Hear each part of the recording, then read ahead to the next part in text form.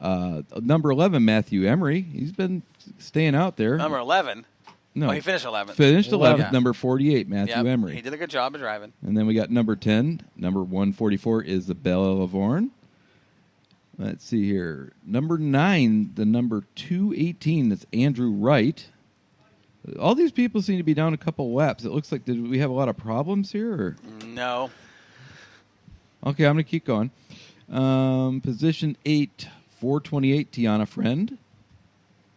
Number 7, it looks like Devin got it back together. 21T, Devin Transylvania. Let's see, number 6 position, you had the number 44 of Kaylin Farness. Number 5 was the card number 23 of Damian Owen. Which surprised me because he was super fast in the heat race. I'm looking at numbers. Right. I'm not, because I wasn't there. I'm looking at numbers and times.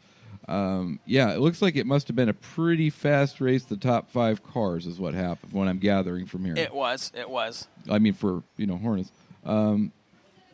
Let's see. So number 4, we had Casey Scott. And number 3, Matt Diller, which I don't know why. I just seen today. He said that the Hornet Challenge will be his last race with that car. I don't know anything about it. That's a good little fast car. Real fast car. And number 2, the number 21 of Eddie Farness. And number 1 was Travis Cook. The thing I'm looking at right now, though, personally, just now that I've jumped into street stocks, looking at these times, Hornets they're not too shabby as far as lap time. Oh, the lap times. The track was absolutely great. Track prep was awesome this last week for Willamette Speedway.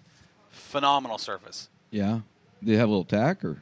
It had a little bit. There was something for everybody. Well, a little something for you got to remember, it was cooler than it has been in weeks. Because see, I heard all this yelling about why isn't everybody on the high side? Why isn't everybody? I guess there was a groove up there. Well, there was. They watered the track, and they couldn't get it in to the track. Oh, because I understood street stock. I'm sure we'll get into that. We will. I'm sure. But literally, it took them forever to get the water into the. All 3 of them at the same time. It took them forever to get. You should just hold it up. Because you like to the water into the track. It was that difficult. There you go. Oh, I don't know. It's bright orange. We need to highlight that with some black. Orange and black seems to be the theme this last week anyway. But once it took, you could see a groove was kind of in the mod race. It was, man, Gray could put it anywhere and make it do whatever he wanted. The track was. I'm anxious to talk about the modifieds because I'm sure somebody's seen some stuff that happened and really somebody's car really perked up. Someone's car did perk up, and somebody else was able to hunt the track just as well as Gray was, so it was pretty exciting. Ed, we'll get into that. Lead us through the street stocks, Ed. Okay, I guess I'll try this for once. We'll start with the qualifying for the street stocks. Give me the top 4. Give me the Trophy Dash cars. Top 4. Okay. Start with 4. Top 4 in the qualifying was number 99 of Justin Evans. Was your fast qualifier. That's right, at 18.654. The only car in the 18. The only car in the 18-second bracket. Yep. And the number 89 of Dakota Goddard, a 19.94. And those cars 19.094, rather. And those are metric cars, 1 and 2. Yep. Sean French turned a 19.340. Comes a Camaro. And Bill Allison turned a 20.118. The former champion. And that's a metric or a Camaro? Metric. That's a little, I want to say it's a Caprice or a little short. So for your Fast 4 qualifiers, you had 3 metrics and a Camaro. That's right. Yep. All right. Okay. Heat race number 1. Give me the top. So we go to the top 3. How many cars were in it? We got 7. No, I don't like that. Give me all 7 of them. Start at the bottom, 7th to first. Number 7 was Justin Evans, which is a surprise, and a number 99. Well, let's talk about why. Because we released the video on Moxie Media Promotions from the in-car action cam. Sam, another phenomenal job.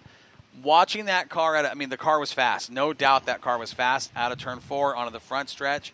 Justin said he got into some wet clay up on the top, slapped that right rear up against the wall, slammed the right front up against it. When he did, it separated the steering shaft from the intermediate shaft on the steering. Right. Yeah. Separated it, and you look in the video, the car's the wheel's just spinning, and he had no steering whatsoever up until that. But it was something you don't see from the 99 car. Their program has been on point, and It's one of those things that it proves right there. It can happen to anybody at any time. Yep. Number 6, number 23 car was Mary Kate True. Number 5 was the 04 car of Brody Sim. Number 4 was the K2 car of Kendall Irvine. Who's coming on? She is. And number 3 was 89 of Dakota Goddard. Second place was the 19W of Skylar Weinbarger. And number 1 was number 98 of Sean French.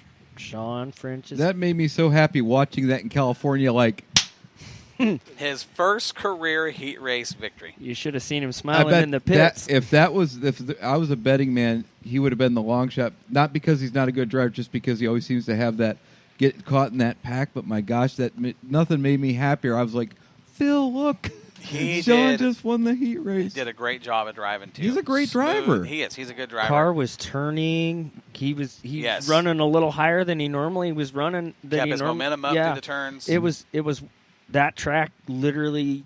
That track met with his driving, his horsepower drive off, the way the car wanted to rotate. I don't think you would have. Best I've ever seen him look. Yeah. He was pulling it. I just can't wait to get back out there. No. Heat race number 2 was pretty cool. Let's and it's going to take us through from bottom to top. Yep. Number 6 was car number 27 of Bill Allison. 5th place was car number 83 of Corey Moore. 4th place was car number 3 of Alan Stroud. 3rd place, number 4 of Don Stroud. 2nd place, number 11 of Joey Cannon, which was on a fly. Joey was 2nd, coming off his... So he finished 2nd. Okay. And in 1st place, winning the whole shebang on heat number 2 was the car number 13 of Mikey Bacall. Little Mikey Breakall. How long was she off? Almost 2 years. And she stepped in that She did what? Wins the title as a rookie 2 years ago, street stock title. Takes almost 2 years off, pulls the car out of the bush with her dad, washes it up, takes it to the track, gets in a heat race, and wins.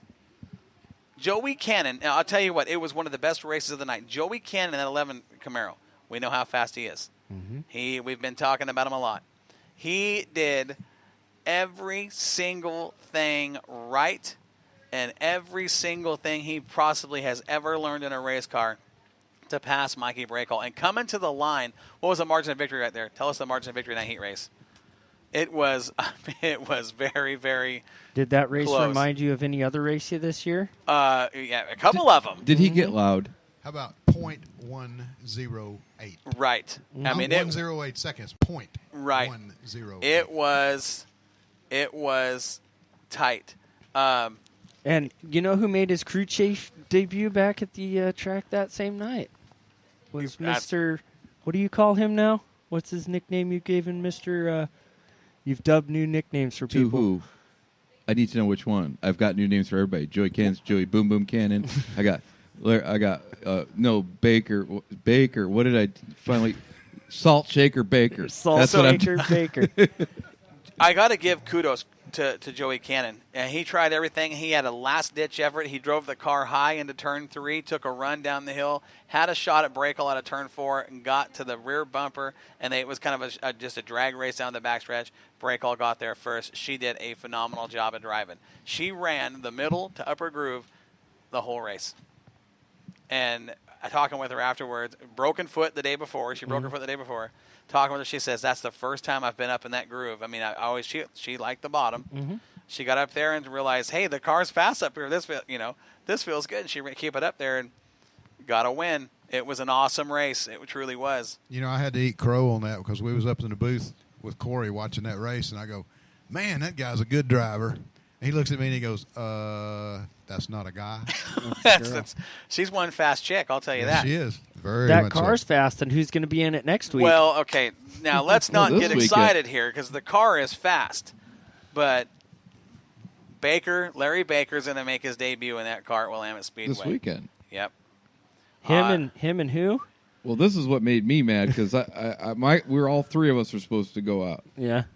But You all beat him. You beat them all. Roger Schneider's coming out with the old 10-4 Roger that barbecue. You beat them all out there. So now I know, now but they my can my race decal for for the decal I was going to put on the trunk was going to say bake this and barbecue that. I love it. Take us through the feature, Ed. You don't want to go with Trophy Dash? Oh, we could do Trophy Dash. Okay. Trophy Dash number 4, 27 car of Bill Allison.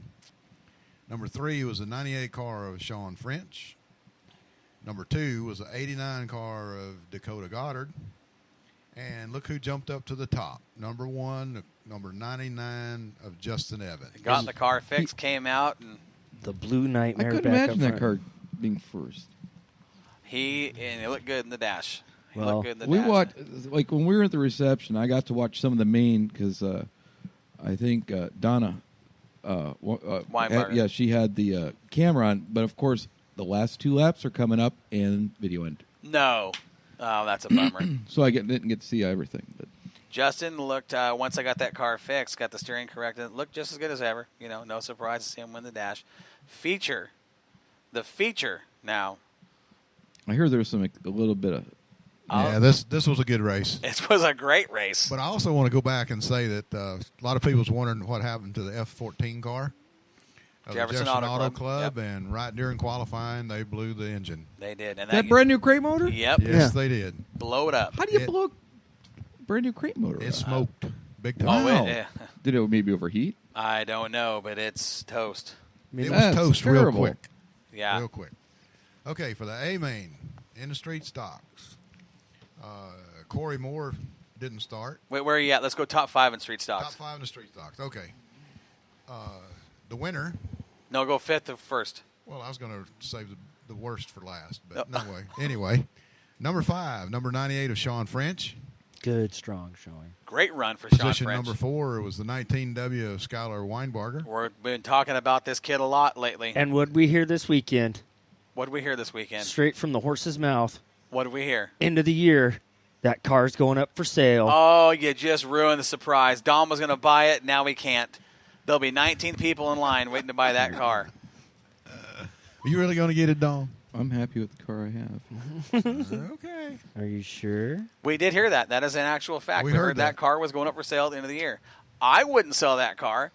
We know what's coming. We know what's going on with that program. We're not going to talk about it right now. There's a reason for it. But, man, I'll tell you what. If you want to go street stock racing in a competitive car that's capable of winning, there's your car right there. Number 3 was the number 99 of Justin Evans. Pay attention to that. You hear what he said?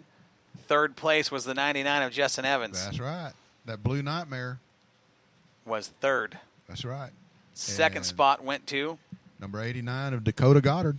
Now, all I heard Now, all I heard. from a certain person at the shop was that, why didn't you go on the high side? he never goes up there, does But everybody else was going up there. He wasn't the only one from our team that didn't. he? But It's one of them things. But didn't we watch that and say, well, if he'd have went to the high side just I a watched little him on the earlier? bumper of people for no. Here's the thing about this, okay? And I'm going to be I'll state my honest opinion on this. Low groove, middle groove, high groove wouldn't have changed the outcome of this race. I'm not saying it would have. I'm just saying there's better chances earlier on that he probably could have gotten him in I different will agree position. with that. That is a factual statement. I'll agree to that.